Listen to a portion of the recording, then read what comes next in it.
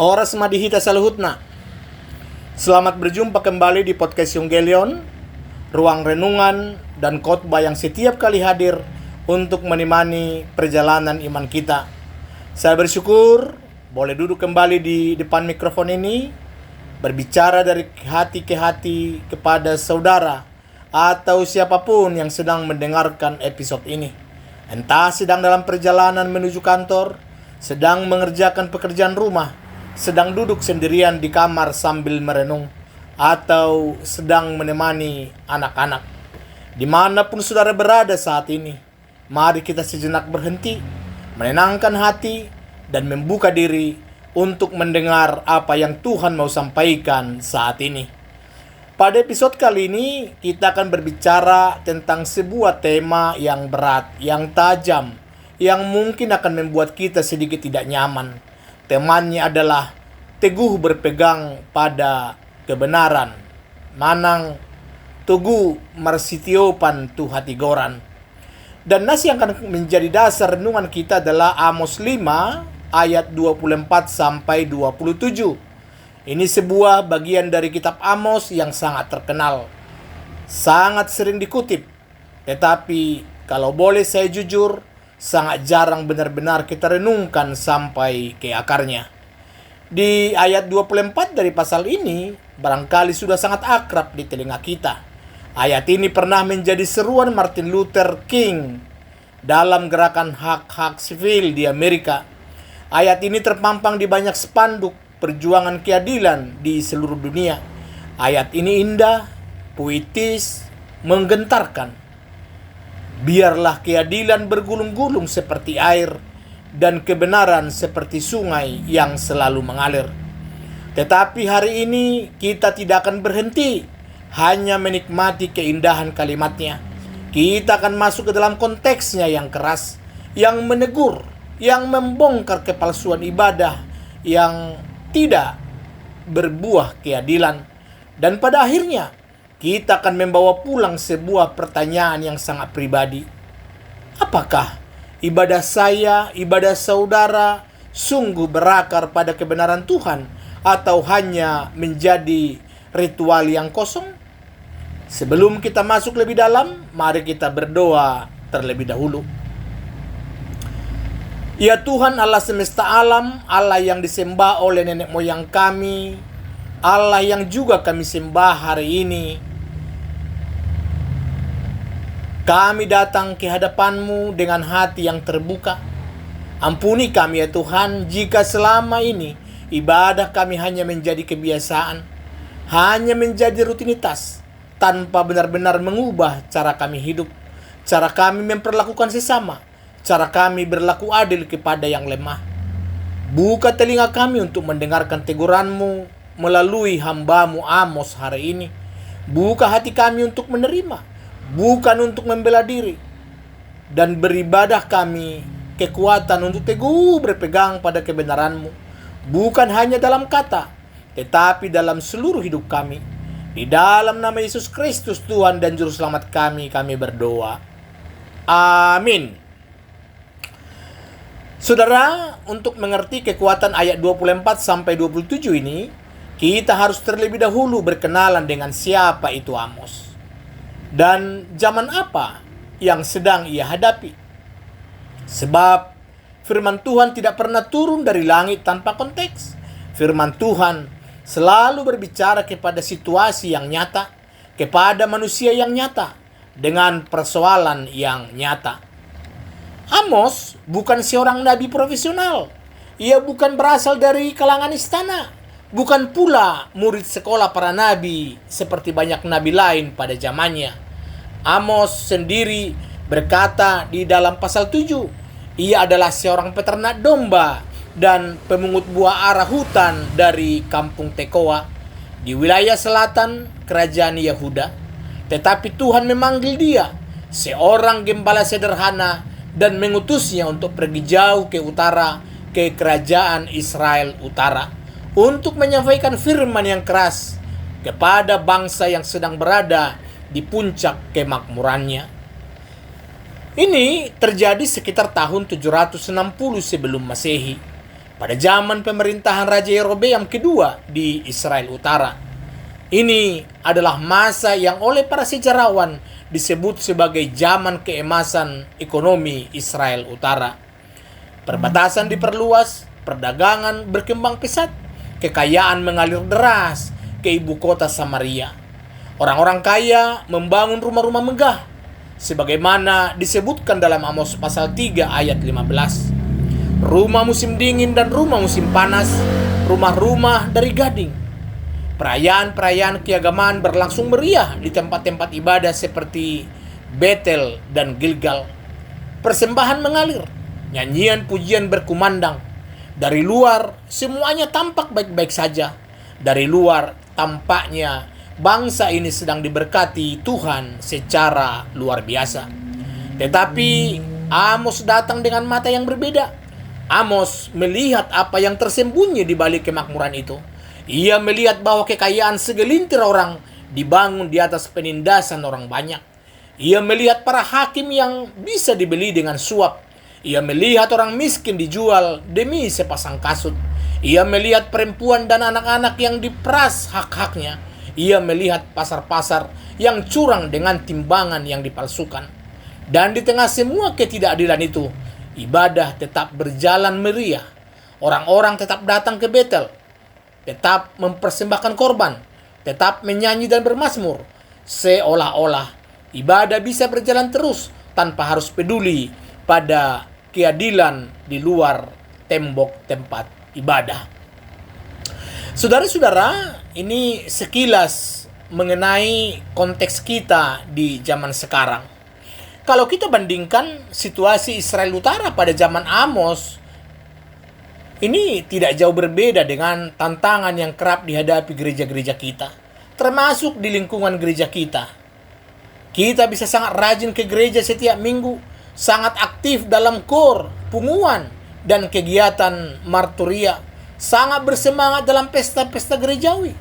Tetapi di sisi lain, relasi kita dengan sesama, cara kita berbisnis, cara kita memperlakukan pembantu rumah tangga, cara kita menegakkan keadilan di kampung atau di tempat kerja, bisa jadi masih jauh dari nilai-nilai Injil. Amos mengingatkan kita bahwa Tuhan tidak pernah memisahkan ibadah dari kehidupan sehari-hari. Maka di sini datanglah Amos ke Betel, tempat ibadah kerajaan yang paling ramai, dan ia berkata dengan lantang atas nama Tuhan sesuatu yang sangat mengejutkan. Ia berkata bahwa Tuhan membenci dan menghina perayaan-perayaan keagamaan mereka. Coba dengarkan apa yang tertulis sebelum ayat yang menjadi nas kita hari ini. Kalau kita lihat di Amos 5 ayat 21 sampai 23 dikatakan, "Aku benci, aku menghinakan perayaanmu, dan aku tidak senang kepada perkumpulan rayamu. Sungguh, apabila kamu mempersembahkan kepadaku korban bakaran dan korban sajianmu, aku tidak suka, dan korban keselamatanmu berupa ternak yang tambun tidak kupandang. Jauhkanlah daripadaku keramaian nyanyian-nyanyianmu, lagu gambusmu tidak mau aku dengar." Ini adalah kata-kata yang sangat keras, yang mengejutkan siapa saja yang mendengarnya. Kalau kita bayangkan seorang gembala domba dari kampung berdiri di tengah tempat ibadah yang megah, di hadapan para iman dan bangsawan, dan dia berkata, "Tuhan membenci nyanyianmu. Tuhan tidak sudi memandang persembahanmu." Ini bukan karena Tuhan membenci ibadah itu sendiri. Ibadah, nyanyian, korban persembahan, semua itu adalah perintah Tuhan sendiri dalam Taurat. Yang Tuhan benci adalah ibadah yang dipisahkan dari keadilan, ibadah yang menjadi topeng bagi ketidakadilan yang berjalan terus di luar sana. Dan tepat setelah teguran keras itulah Tuhan melalui Amos memberikan tuntutannya yang menjadi puncak dari seluruh pasal ini, yaitu ayat 24 yang menjadi inti renungan kita hari ini. Saudara, sekarang kita masuk ayat demi ayat. Sekarang kita lihat ayat 24. Ini menggambarkan sungai yang tak pernah kering. Dikatakan, "Tetapi biarlah keadilan bergulung-gulung seperti air, dan kebenaran seperti sungai yang selalu mengalir. Mari kita perhatikan baik-baik ayat ini, kata demi kata.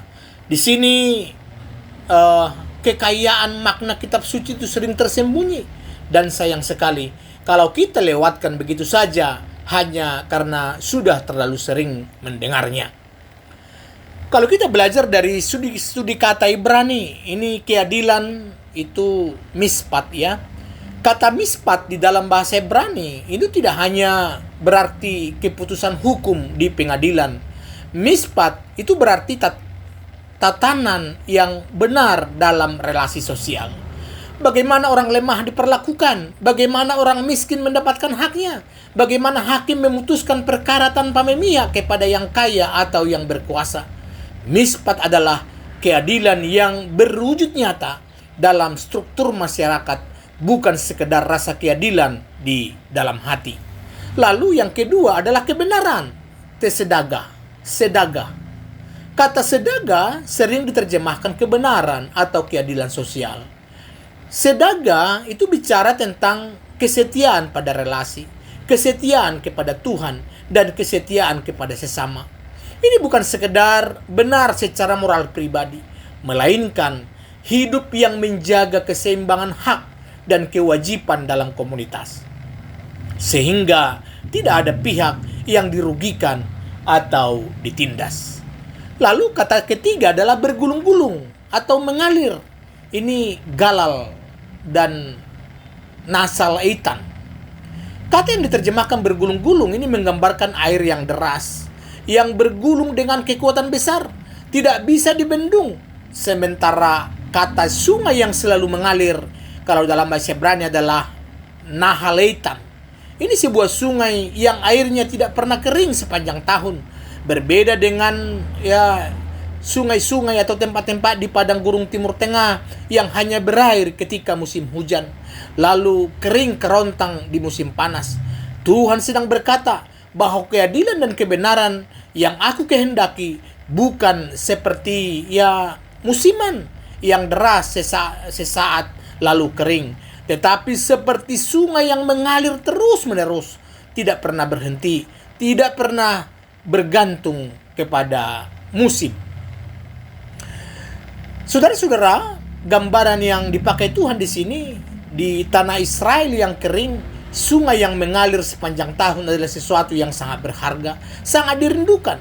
Ketika musim kemarau tiba, itu wadi-wadi atau waduk-waduk kecil yang tadinya berair atau kering, itu retak, penuh debu. Tetapi ada sungai-sungai tertentu yang bersumber dari mata air pegunungan yang dalam, yang tetap mengalir deras, bahkan di tengah kemarau paling panjang sekalipun. Itulah gambaran yang Tuhan pakai untuk keadilan dan kebenaran yang Ia kehendaki. Bukan keadilan yang hanya muncul ketika ada sorotan media, bukan kebenaran yang hanya ditegakkan ketika menguntungkan kita, bukan iman yang hanya bersemangat pada masa-masa tertentu seperti Natal dan Paskah. Tetapi keadilan dan kebenaran yang mengalir terus-menerus, konsisten, tidak pernah kering. Itu menjadi karakter yang melekat dalam seluruh hidup umat Tuhan. Ini adalah panggilan yang sangat menantang bagi kita hari ini. Berapa banyak dari kita yang bersemangat dalam iman hanya ketika ada kebaktian kebangunan rohani, hanya ketika ada pesta gereja, pesta gotilon, hanya ketika ada momentum besar seperti Natal. Tetapi begitu acara selesai, semangat itu ikut kering seperti sungai di musim padas di padang gurun. Tuhan tidak mau umatnya seperti itu. Tuhan mau kita menjadi sungai yang selalu mengalir, konsisten dalam kejujuran, konsisten dalam keadilan, konsisten dalam kasih. Bukan hanya ketika ada momentum rohani, tetapi setiap hari, dalam pekerjaan kita, dalam rumah tangga kita, dalam cara kita bertransaksi, dalam cara kita berbicara tentang orang lain, dalam cara kita memperlakukan pembantu, supir, office boy, satpam, orang-orang kecil di sekitar kita. Saudara, coba tanyakan pada diri sendiri sejenak. Dalam hal apa iman saya seperti sungai musiman, bersemangat sesaat lalu kering. Dan dalam hal apa saya rindu, iman saya menjadi seperti sungai yang selalu mengalir. Sekarang masuk kita ayat 25 sampai 26. Ini ibadah yang bercabang dua. Firman Tuhan berkata, apakah kamu mempersembahkan kepadaku korban sembelihan dan korban sajian selama 40 tahun di padang gurun itu, hai kaum Israel? Kamu akan mengangkut sakut rajamu dan kewan dewa bintangmu, patung-patungmu yang telah kamu buat bagimu itu. Sekarang Tuhan mengajukan pertanyaan retoris yang tajam, yang mengarahkan umatnya untuk mengingat kembali sejarah mereka. Apakah kamu mempersembahkan kepadaku korban sembelihan dan korban sajian selama 40 tahun di padang gurun itu, hai kaum Israel? Pertanyaan ini mengarah ke masa pengembaraan di padang gurun 40 tahun setelah keluar dari Mesir, sebelum masuk ke tanah perjanjian. Para ahli di sini menafsir ayat ini dengan dua kemungkinan. Yang pertama, ada yang membacanya sebagai teguran. Selama di padang gurun, umat Israel sebenarnya lebih setia dan sederhana dalam ibadahnya. Tidak seperti kemewahan ritual yang mereka jalani sekarang di Betel dan di Gilgal, yang penuh kemegahan tetapi kosong dari keadilan. Yang kedua, dan ini pemahaman yang didukung banyak penafsir modern yang berdasarkan konteks ayat 26. Pertanyaan ini justru menyingkapkan sebuah kenyataan pahit, bahwa sejak di padang gurun pun, di tengah perjalanan bersama Tuhan yang membebaskan mereka dari perbudakan Mesir, umat Israel sesungguhnya sudah punya kecenderungan untuk bermain dua kaki dalam ibadah mereka. Mereka menyembah Tuhan secara resmi, tetapi diam-diam juga membawa dan menyembah berhala-berhala lain. Kalau kita lihat dari studi kata Ibrani ya, kata sakut atau sikut itu, atau sakut ya dalam bahasa Ibraninya, sakut atau dalam beberapa terjemahan disebut sikut, diyakini ini adalah nama dewa Mesopotamia yang dikaitkan dengan planet Saturnus. Sering diasosiasikan dengan dewa adat Milkon, dewa perang yang kekuasaan dari Asyur Babel. Nama ini disebut sebagai Raja Sikut, yang dalam bahasa Ibrani nyaris homonim dengan kata kemah, Sukot, sehingga sebagian penerjemah kuno seperti Septuaginta membaca ayat ini sebagai kemah Molok, merujuk kepada penyembahan berhala Molok yang terkenal kejam, yang menuntut persembahan anak. Yang kedua itu kewan, kayuan atau kayuan kayamanu. Kewan atau kayuan adalah nama Akkadia Betel untuk dewa bintang. Ini juga diasosiasikan dengan planet Saturnus. Disembah sebagai dewa astral yang dipercaya mengatur nasib manusia melalui rasi bintang. Umat Israel meski secara resmi menyembah Tuhan, ternyata membawa serta praktik penyembahan bintang dan ramalan nasib dari bangsa-bangsa sekitar mereka. Ini sebuah bentuk sinkretisme, penggabungan iman kepada Tuhan yang benar dengan praktik-praktik keagamaan asing. Disinilah letak inti persoalan yang Tuhan bongkar melalui Amos. Umat Israel tidak pernah sepenuhnya meninggalkan Tuhan. Mereka tetap datang ke Betel, tetap membawa korban, tetap menyanyi, tetapi hati mereka terbagi. Di satu sisi, mereka menyembah Tuhan dengan bibir dan ritual. Di sisi lain, mereka menyimpan berhala-berhala lain, dewa kekuasaan, dewa nasib, dewa keberuntungan, yang sesungguhnya lebih mereka andalkan dalam keseharian hidup mereka. Ibadah mereka bercabang dua, resmi menyembah Tuhan, tetapi diam-diam berharap pada kuasa lain untuk keberhasilan, kekayaan, dan keamanan hidup mereka. Saudara-saudara terkasih, inilah yang sesungguhnya membuat ibadah Israel menjadi kosong di mata Tuhan. Bukan karena mereka tidak beribadah. Mereka rajin beribadah. Bukan karena mereka tidak memberi persembahan. Mereka memberi persembahan yang besar. Tetapi karena hati mereka terbagi antara Tuhan dan berhala lain. Dan karena ibadah mereka tidak melahirkan keadilan dalam hidup mereka sehari-hari. Ibadah tanpa mispat dan sedekah, ibadah tanpa keadilan dan kebenaran, pada akhirnya hanyalah topeng religius yang menutupi hati yang sebenarnya terbagi dan tidak setia. Saudara-saudara, siapakah Sakut dan Kewan kita hari ini? Marilah sekarang kita membawa teks kuno ini masuk ke dalam ruang tamu kita, ke dalam ponsel kita, ke dalam kehidupan kita hari ini di tahun 2026 ini. Sebab meskipun kita tidak lagi menyembah patung Sakut dan Kewan secara harfiah, godaan untuk menyembah Tuhan dengan bibir sementara hati kita menyimpan ala-ala lain tidak pernah benar-benar hilang dari umat manusia. Siapakah Sakut dan Kewan kita hari ini? Bisa jadi itu adalah uang dan kekayaan yang kita kejar dengan segala cara, termasuk dengan cara yang tidak jujur, dengan menyuap, dengan menipu, dengan menindas pekerja, dengan tidak membayar upah yang adil. Sementara di hari Minggu kita tetap duduk manis di bangku gereja, menyanyikan pujian dengan suara lantang.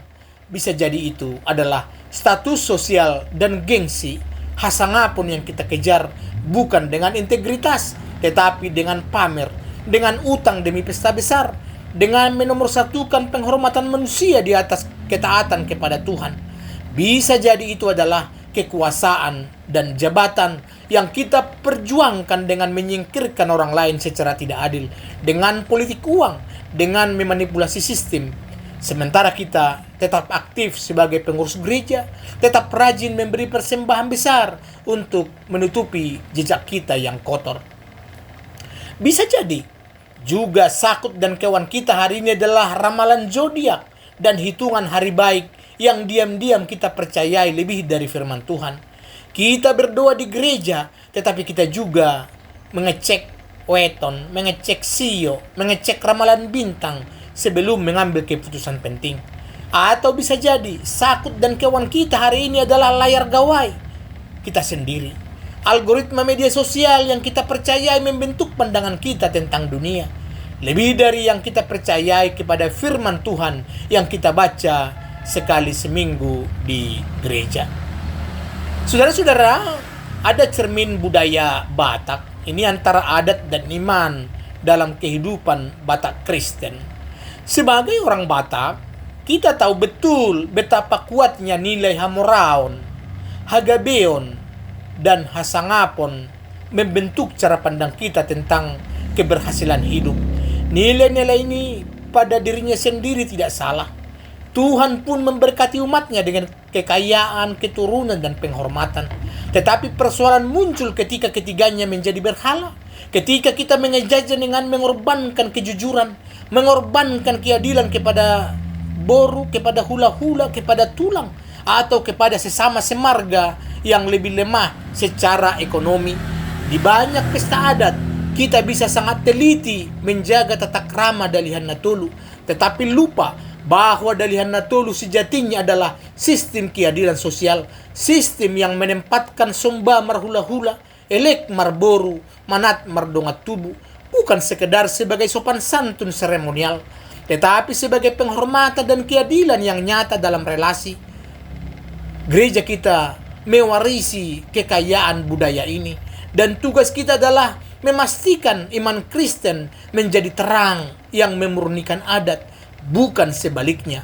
Adat yang mendikte dan menggantikan tempat Tuhan di dalam hidup kita. Saudara, mari kita hening sejenak. Mari kita jujur dalam hati kita masing-masing. Apa yang selama ini diam-diam saya andalkan lebih dari saya mengandalkan Tuhan? Apakah uang, koneksi, jabatan, restu orang lain? Sebutkan dalam hati saudara sekarang. Saudara, sekarang masuk kita ke ayat yang ke-27. Ini konsekuensi dari ibadah yang terbelah. Ayat 27 berkata, "Dan aku akan membawa kamu ke dalam pembuangan, jauh ke seberang Damsyik, firman Tuhan, yang namanya Allah, Allah semesta alam."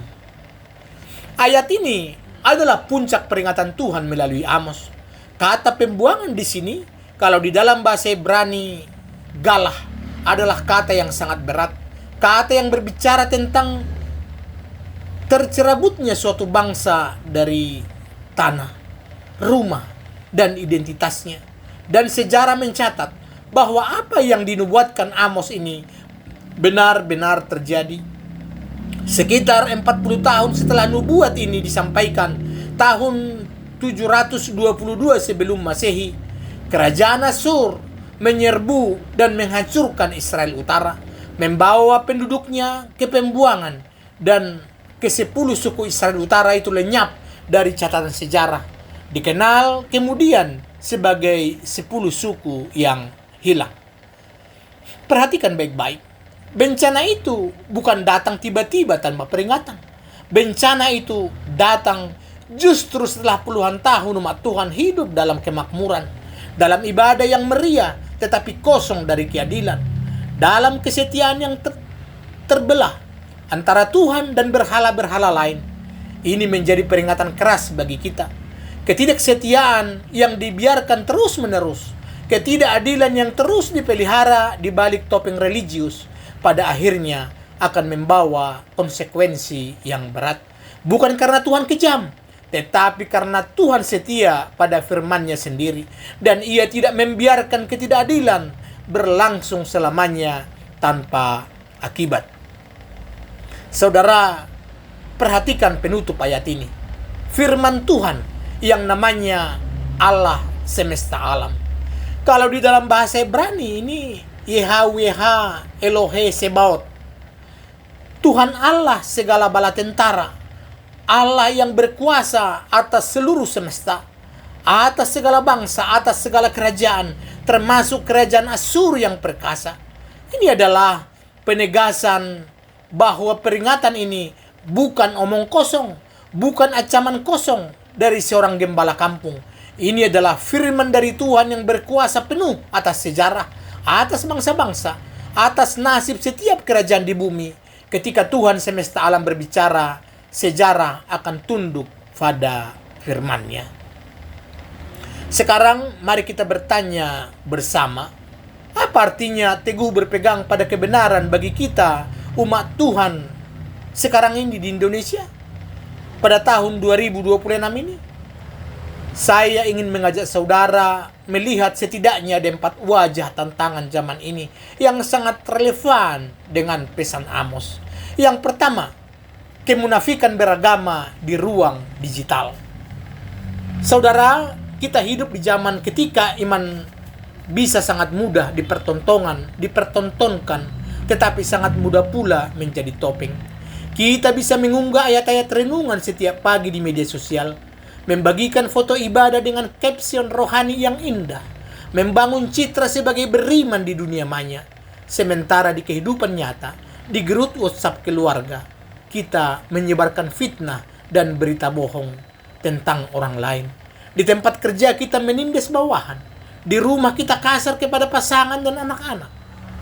Amos akan bertanya kepada kita hari ini seperti yang ditanyakan kepada Israel. Apakah ibadah digitalmu ini sungguh berakar pada keadilan dan kebenaran, atau hanya menjadi sakut dan kewan versi baru berhala, citra diri yang kita sembah lebih dari kita menyembah Tuhan yang sesungguhnya? Yang kedua, korupsi dan ketidakadilan struktural. Amos menegur bangsanya karena hakim-hakim yang bisa disuap, karena orang miskin yang haknya diinjak-injak demi keuntungan segelintir orang. Realitas ini masih sangat nyata di sekitar kita hari ini. Mulai dari korupsi di tingkat tinggi, hingga ketidakadilan kecil yang bisa lakukan sendiri. Memberi uang pelicin supaya urusan lebih cepat, menyuap petugas supaya lolos dari denda, tidak membayar upah yang layak kepada pekerja rumah tangga atau buruh harian, memanfaatkan posisi untuk kepentingan pribadi. Sebagai umat Tuhan, panggilan kita bukan sekedar tidak melakukan hal-hal ini, tetapi secara aktif menjadi sungai keadilan yang mengalir, berani menegur ketidakadilan di lingkungan kita, berani bersuara untuk yang lemah, berani menolak sistem yang korup. Mesti itu berarti kita kehilangan keuntungan pribadi. Yang ketiga, ibadah yang terpisah dari kepedulian sosial. Gereja kita memiliki tradisi ibadah yang kaya, liturgi yang indah, kor yang merdu, tata upacara yang teratur. Ini semua adalah berkat yang patut kita syukuri. Tetapi Amos mengingatkan kita bahwa semua keindahan ibadah ini akan sia-sia di mata Tuhan jika tidak melahirkan kepedulian nyata kepada mereka yang miskin, yang sakit, yang tersingkir, yang menjadi korban ketidakadilan di sekitar kita. Pertanyaan yang layak kita renungkan, apakah gereja kita, punggungan kita, ruas kita benar-benar menjadi tempat di mana keadilan dan kebenaran mengalir keluar menuju masyarakat sekitar? Ataukah kita puas hanya dengan ibadah yang kusuk dalam gedung gereja setiap minggu tanpa dampak yang nyata bagi dunia di luar sana? Yang keempat, kesetiaan yang terbelah dalam kehidupan pribadi. Ini yang terakhir dan yang paling personal. Banyak dari kita hidup dengan kesetiaan yang terbelah. Setia kepada Tuhan pada hari Minggu, tetapi mengandalkan kekuatan lain sepanjang minggu, mengandalkan koneksi, mengandalkan uang, mengandalkan kepintaran manipulasi, mengandalkan kekuatan diri sendiri, dan baru berdoa sungguh-sungguh ketika semuanya gagal. Amos memanggil kita untuk kembali kepada kesetiaan yang utuh, yang tidak terbelah. Di mana Tuhan sungguh menjadi yang pertama, yang utama dalam segala keputusan hidup kita. Bukan hanya dalam ibadah formal, tetapi dalam setiap pilihan sehari-hari. Saudara-saudara, ini firman Amos bukanlah kata-kata terakhir dalam sejarah keselamatan. Amos menubuatkan penghukuman, tetapi Tuhan yang sama juga telah menyediakan jalan pemulihan melalui Yesus Kristus, Tuhan dan Juru Selamat kita. Jika Israel gagal menjadi sungai keadilan yang mengalir terus-menerus, maka Kristuslah yang datang sebagai sumber air hidup yang sesungguhnya. Ingatlah perkataan Yesus kepada perempuan Samaria di tepi sumur Yakub. Kalau kita baca dalam Injil Yohanes pasal 4, dikatakan, "Barang siapa minum air yang akan kuberikan, tidak akan haus lagi selama-lamanya, sebab air yang akan kuberikan itu akan menjadi mata air di dalam dirinya, yang terus-menerus memancar sampai kepada hidup yang kekal." Kristus sendirilah sungai yang selalu mengalir itu, yang tidak pernah kering, yang sanggup membasahi hati kita yang kering oleh kemunafikan, yang sanggup mengubah kita bukan hanya menjadi peminum air hidup, tetapi juga menjadi saluran, menjadi sungai kecil yang mengalirkan keadilan dan kasih Kristus kepada orang-orang di sekitar kita. Maka panggilan Amos bukan sekedar tuntutan moral yang berat dan menekan, seolah kita harus berjuang sendiri untuk menjadi adil dan benar dengan kekuatan sendiri. Panggilan Amos adalah undangan untuk kembali kepada sumber air hidup yang sejati, yaitu Kristus sendiri, supaya dari dalam hati yang telah diperbarui olehnya, mengalirlah keadilan dan kebenaran itu secara alami, bukan karena dipaksakan, tetapi karena itulah buah dari hati yang telah disentuh oleh kasih Allah. Saudara-saudara, sebelum kita menutup renungan saat ini, saya ingin mengajak saudara membawa pulang 3 langkah nyata dan sederhana yang bisa kita praktikkan minggu ini sebagai wujud teguh berpegang pada kebenaran. Yang pertama, periksa berhala tersembunyi. Ambil waktu sendirian, mungkin waktu malam ini sebelum tidur, dan tanyakan dengan jujur kepada diri sendiri, Apa yang selama ini saya andalkan lebih daripada saya mengandalkan Tuhan? Sebutkan dengan jujur di hadapan Tuhan dalam doa, dan mintalah Ia menolong saudara meletakkan kembali berhala itu, apapun bentuknya, di bawah kaki salib Kristus. Yang kedua, lakukan satu tindakan keadilan yang konkret. Pikirkan satu situasi ketidakadilan kecil yang saudara bisa perbaiki minggu ini. Mungkin membayar upah yang tertunda kepada pekerja. Mungkin berhenti memberi atau meminta suap yang kecil. Mungkin membela seorang yang sedang difitnah di tempat kerja atau di lingkungan gereja. Mungkin berbicara jujur meski itu beresiko kehilangan keuntungan. Jadikan itu menjadi sungai kecil keadilan yang mulai saudara alirkan minggu ini. Yang ketiga, satukan ibadah dengan kehidupan. Minggu ini ketika saudara beribadah di gereja, mempersembahkan pujian dan menerima firman, bawalah komitmen untuk membawa suasana ibadah itu keluar dari gedung gereja, masuk ke dalam rumah, ke dalam tempat kerja, ke dalam pasar, ke dalam pergaulan sehari-hari. Biarlah tidak ada lagi jarak antara siapa saudara di gereja hari Minggu dan siapa saudara pada hari Senin sampai Sabtu. Saudara-saudara yang saya kasihi dalam Kristus, firman Tuhan melalui Amos hari ini bukan untuk menghakimi kita dan meninggalkan kita dalam rasa bersalah. Firman ini adalah undangan kasih dari Tuhan yang rindu melihat umatnya hidup utuh. Ibadahnya sejalan dengan hidupnya, imannya sejalan dengan tindakannya, kata-katanya sejalan dengan perbuatannya. Biarlah keadilan bergulung-gulung seperti air dan kebenaran seperti sungai yang selalu mengalir. Bukan hanya menjadi ayat hafalan yang indah untuk kita kutip, tetapi menjadi doa dan komitmen hidup kita. Tuhan, jadikanlah aku sebagai sungai yang selalu mengalir bagi keadilan dan kebenaran-Mu dimanapun aku berada, dalam keadaan apapun aku berada sepanjang hidupku. Teguhlah berpegang pada kebenaran, saudara-saudaraku. Bukan karena kita kuat dengan kekuatan kita sendiri, tetapi karena kita berpegang pada Kristus, sumber air hidup yang sejati, yang tidak pernah kering, yang setia dari generasi ke generasi. Amin. Mari kita tutup dengan doa.